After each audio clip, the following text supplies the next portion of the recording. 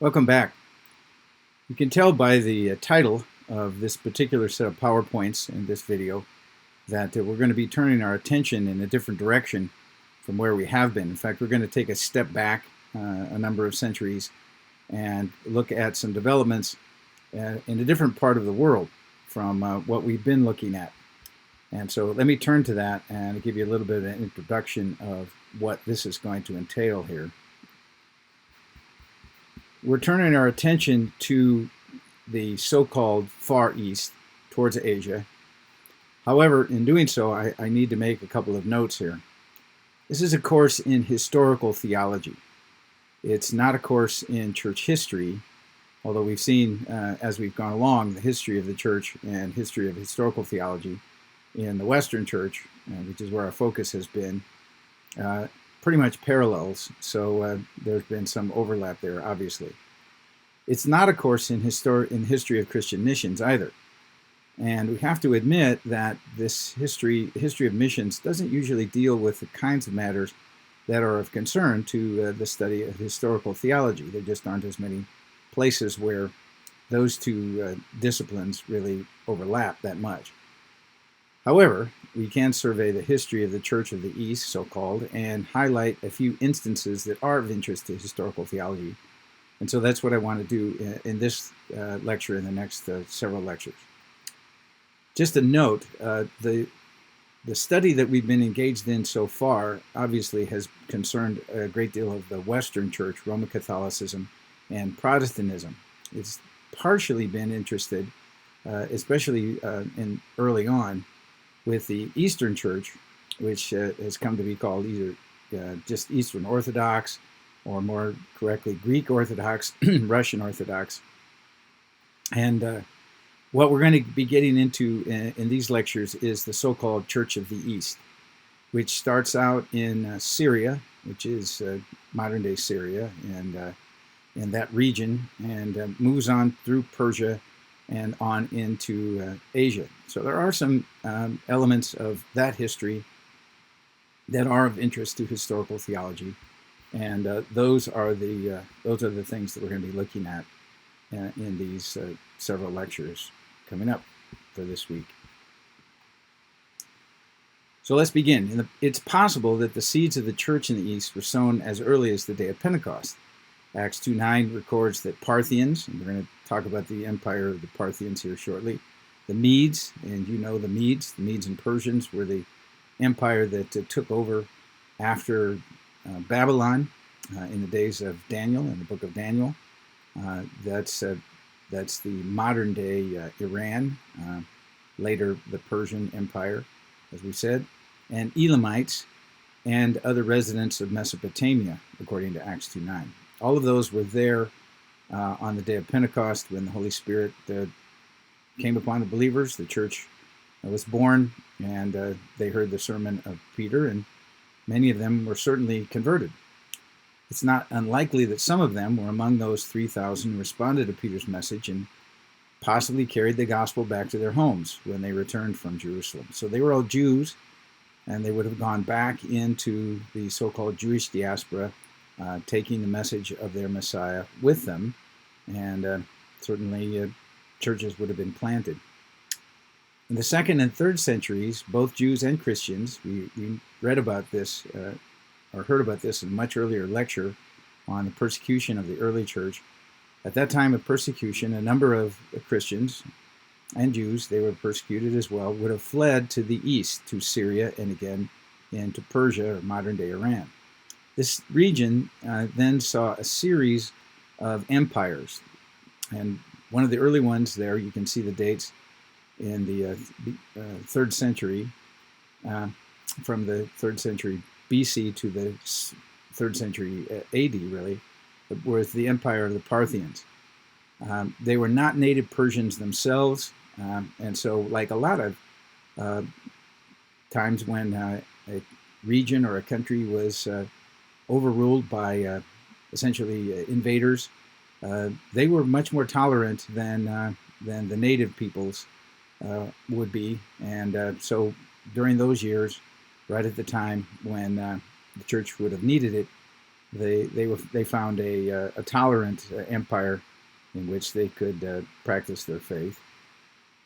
This empire, the Parthians, was succeeded by the Seleucid Empire in 225 AD, and they were ardent Zoroastrians, Zoroastrianism being the national religion of Persia. And over time, they became increasingly intolerant of other religions, and particularly Christianity, because it was growing and spreading. Manichaeism, which is actually a Christian heresy, we heard about Manichaeism with study of Augustine. He early on was a Manichae, or follower of Manichae, and or Mani, I should say, and he later obviously rejected that cult, that heresy, for Catholic Christianity. But early on, Manichaeism flourished in the Persian and the Seleucid Empire, but they began to be persecuted by this Zoroastrian element. And because Manichaees identified themselves as Christian, even though true Christians saw them as a heresy, that led to persecution of true Christians as well.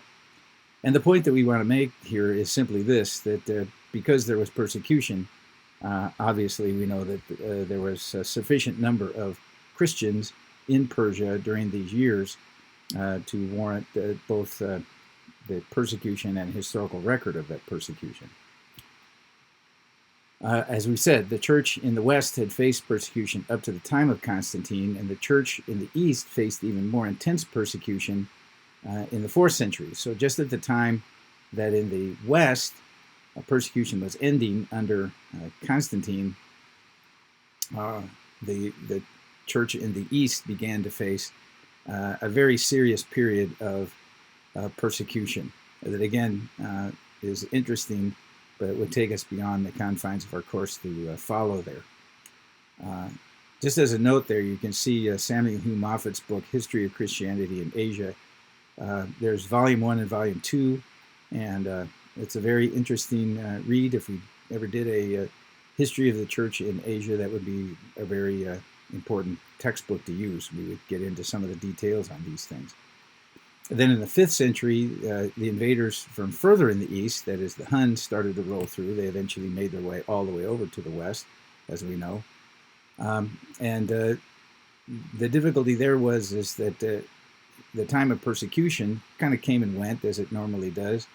But at a time when the persecution was sort of lightening up, that's at the time when the Huns rolled in and just made things even more difficult. So for our purposes, the point is that the church in the east found it difficult to get organized and get going in these early centuries. Now, just backing up a bit so that we can set things in a historical context for us here, or I should say a theological historical context. We remember, we talked about this again in a much earlier lecture, or several, that the Council of Nicaea in 325 was the council when the Nicene Creed was first formulated, which was a creed basically to overcome the heresy of Arianism. We saw that actually took some time, but eventually was overcome in the Council of Constantinople, which just rewrote the Nicene Creed, and that's the creed that, again, normally people think of when they read the Nicene Creed. Here, Arianism was pretty much defeated, but there were still some lingering elements. The council in Ephesus in 431 was a council in which a heresy that arose out of the Trinitarian debates that resulted in the Nicene Creed, Nestorianism, this was denied, but finally and fully was basically called heresy in Chalcedon in 451, when the final statement of Orthodox Trinitarianism and the two natures of Christ were fully validated. All of that was, again, not so neat as those particular dates indicate, because it wasn't like after each one of those dates, those heresies were no longer a problem. But that just kind of sets the context. But again, for our purposes, we want to just zero in on the fact that Nestorianism was denied, basically rejected as heretical teaching by the Council of Ephesus. And after that, in the West, Nestorianism pretty much died out. But it didn't really completely die out because, as the slide there indicates, it actually moved east. And this is important for what we're looking at right now. Again, just to remind you that Nestorianism was basically the doctrine that Jesus existed as two persons, the man Jesus and the divine Son of God, rather than as a unified person. As you said, that was completely denied at the time of the Council of Chalcedon. This doctrine is identified with Nestorius, who is Patriarch of Constantinople, although he himself, again, denied holding this belief. So, as we saw at the time, it was somewhat complicated. This view of Christ was condemned again at the Council of Ephesus, but the conflict over this view led to what's called the Nestorian schism, separating the Assyrian Church of the East from the Byzantine Church. So this is often called the other great schism. We saw the schism or the division between the Western and Eastern Orthodox Church in 1054, ostensibly over the issue of the Filioque clause in the Nicene Creed.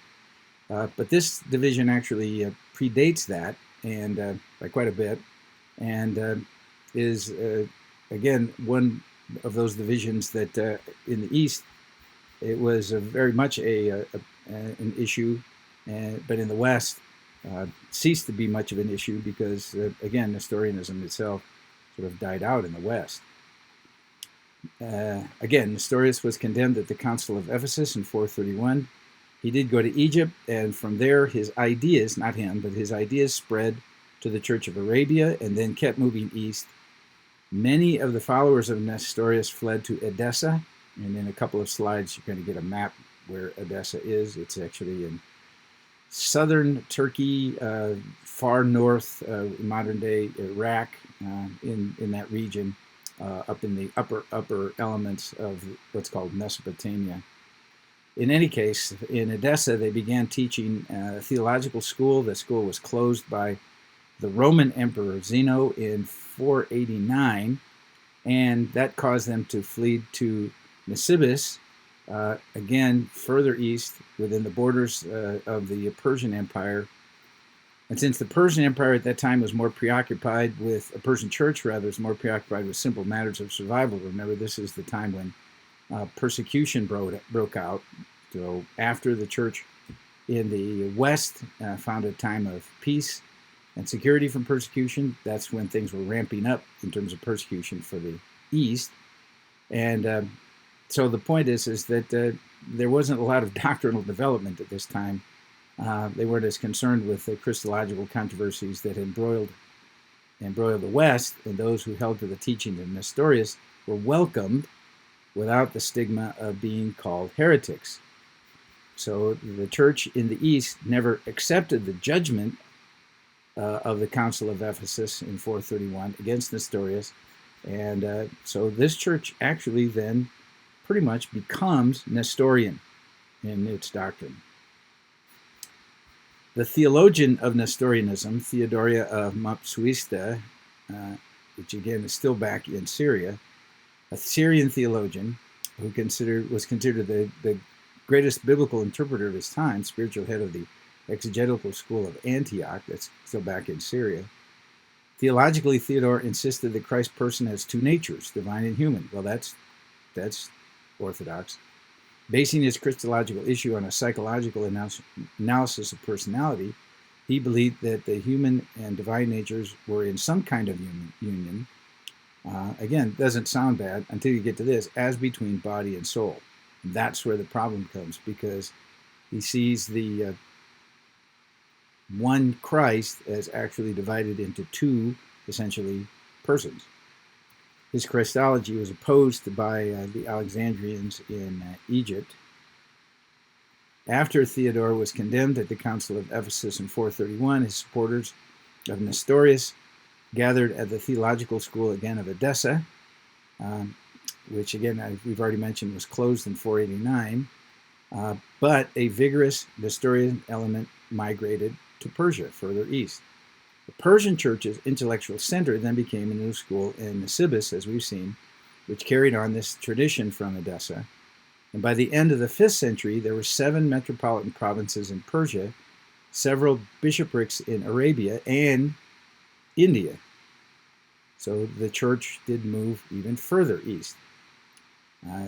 This church survived its own period of schism in the 6th century and persecution through the leadership of Mar Adolf I, whose dates there are 540 to 552 AD, who was himself a convert from Zoroastrianism, and also through the renewal of the monasticism of Abraham Kashgar in, again, the 6th century, the founder of the monastery near Mount Izala, near Nisibis. So you can see everything is kind of moving east for this church. There's the map that shows you where Edessa was. Jerusalem is further down, then there's Antioch a little to the north, and then to the north and east of where Antioch was is Edessa, which is, again, part of modern-day Syria. Well, moving ahead then, of course, in the 7th century, late 6th and 7th century, the church everywhere had to deal with the rise of Islam.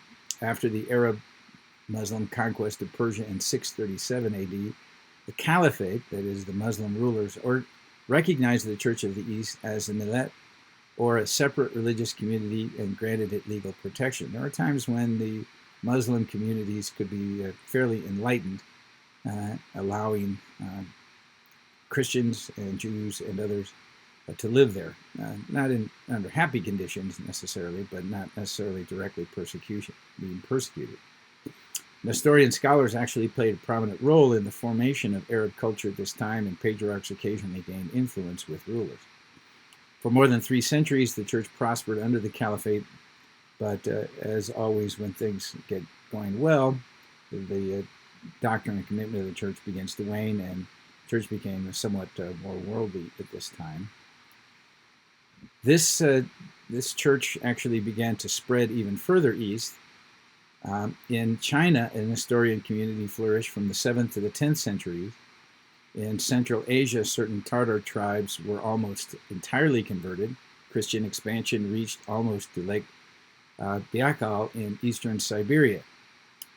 Just looking at the map there, I don't want you to get the impression that the church in the east actually was that important. We know that you can see there you have the darker shades. Further on was Roman Catholicism, we could actually call that the Western Church. Then the pinkish parts were Eastern Orthodoxy on that. You have different forms of Christianity in the really dark red there, but then you have the yellow, and the yellow looks like it's larger than the rest, but Christianity was a distinct minority in all of those places. And so it's clearly not as important or powerful a force culturally as it was over on the western side of things. Western travelers to the Mongol realm found Nestorian Christians well established there, even in Mongolia, even at the court of the great Khan, though they commented on the ignorance and superstition of the clergy. When we hear ignorance and superstition, we're not really sure what they meant, but probably that these Western travelers recognized that these people had some form of Christianity, but they certainly weren't Roman Catholic or Western in their doctrine, and so they would have attributed that again to ignorance and superstition, which ironically sounds a little ignorant. As a result of this infusion of new theological ideas, the Church of the East came to be known as the Nestorian Church, a term that they did not use themselves, but its theology is therefore identified as that of Nestorianism and Nestorius. So pretty much everything that went east became Nestorius. They were Christians, They would have held to a form of Trinitarianism, but perhaps not the Trinitarianism of the Nicene and Constantinopolitan creeds.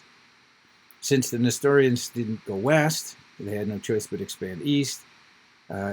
Even before the advent of the teaching of Nestorius, Christians in the Persian Empire had begun to spread the gospel south to Malabar in India, and there to join with the existing Martama Christians, and we're going to talk about the Thomas Christians in a subsequent lecture here, and eastward to Central Asia. This eastward movement continued even after the rise of Islam. So all of the details of that would be interesting if we were dealing with a course in church history in the East.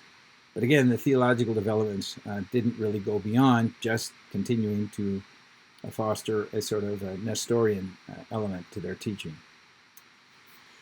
So I'm going to stop this lecture here, the video part, even though the notes go on. So I'm going to ask that you continue reading the rest of the notes for this particular lecture. Please include those in your lecture summary as well. But rather than have me just continue to read the slides to you, I don't really have a great deal more detail to provide. And we will continue a little bit more looking at what is of at least my interest as the church moves east, and that is to consider the Thomas Christians and their theology. And we'll be looking at that in an upcoming lecture.